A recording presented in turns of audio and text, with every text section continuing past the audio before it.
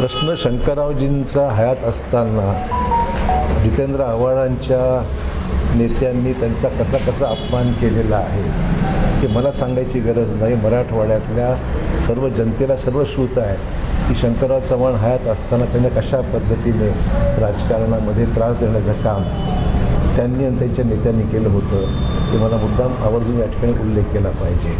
आणि भाजपने जे आंदोलन केलं ते बाबासाहेबांच्या विषयी निश्चितच नितांत आदर ठेवून जे इतिहासामध्ये जे वास्तव आहे तेच पंतप्रधान मोदींनी अमित शहांनी त्या ठिकाणी मांडलेलं आहे.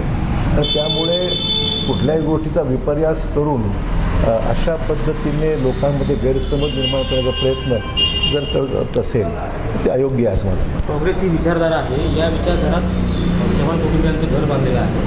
अशोक चव्हाण यांच्यासारख्या काँग्रेसी विचारांच्या माणसाला असे दिवस आले याचं वाईट वाटतं असंही बोललं. त्यांनाही वाईट